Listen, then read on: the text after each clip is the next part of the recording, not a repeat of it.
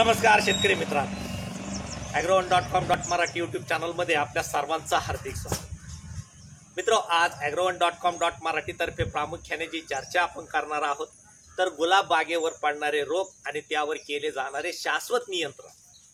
आता मित्रो, बऱ्याचशा शेतकऱ्यांच्या गुलाबाच्या ज्या बागा आहेत तर याच्यातून आर्थिक नफा चांगल्या प्रकारे होतो आणि विशेष करून गुलाबाची बाग ही ओपन फील्डला किंवा मग शेडनेटमध्ये केली जाते।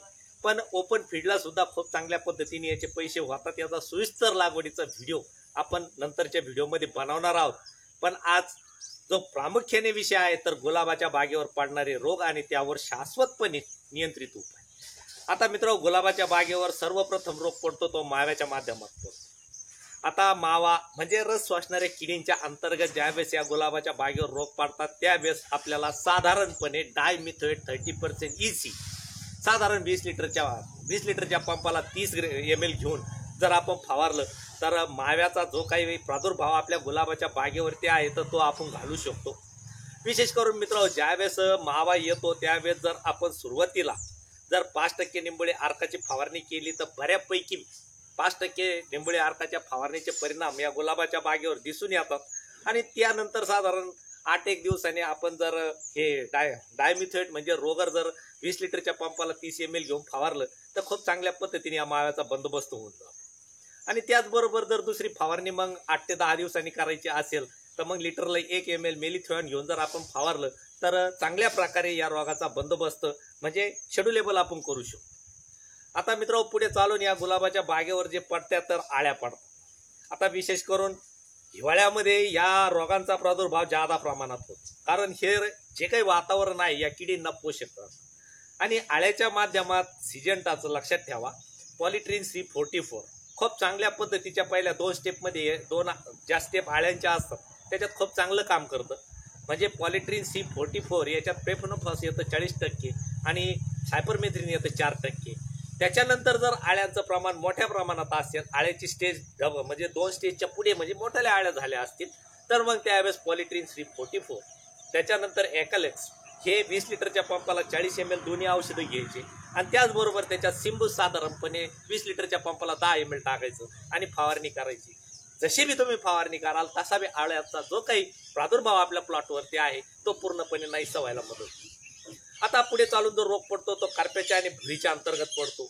आता करप्यासाठी जनरली जसं की जे बुरशीनाशक आपण वापरतो साधारणपणे ब्लू कॉपर झालं किंवा कॉपर ऑक्झिक्लोराइड झालं, M45 झालं, त्याच्यानंतर 22-3 झालं, तर ही जी काही औषधं आहेत तर आपल्याला हे बुरशीनाशक करप्यासाठी साधारण 8 ते 10 दिवसाच्या अंतराने आलटून पलटून 2 किंवा 3 वेळा फवारावे लागतात।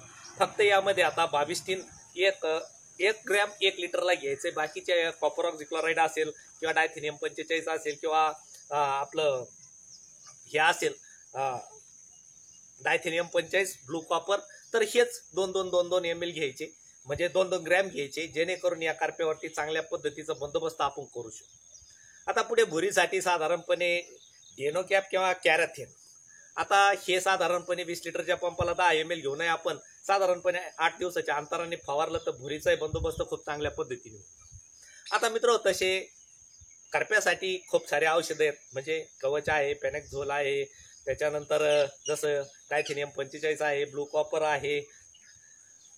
सगळ्यात महत्त्वाचं मित्र, एक गोष्ट लक्षात ठेवायची, जर आपल्याला हे जास्त प्रमाणातले रोग आपल्या प्लॉटवर येऊ द्यायचे नसतील तर त्यावेळेस जर आपण साधारणपणे दशपर्णी अर्काचा जरी वापर केला तर खूप चांगल्या पद्धतीने प्रभाव आपल्याला या फुलशेतीमध्ये दिसून येतो।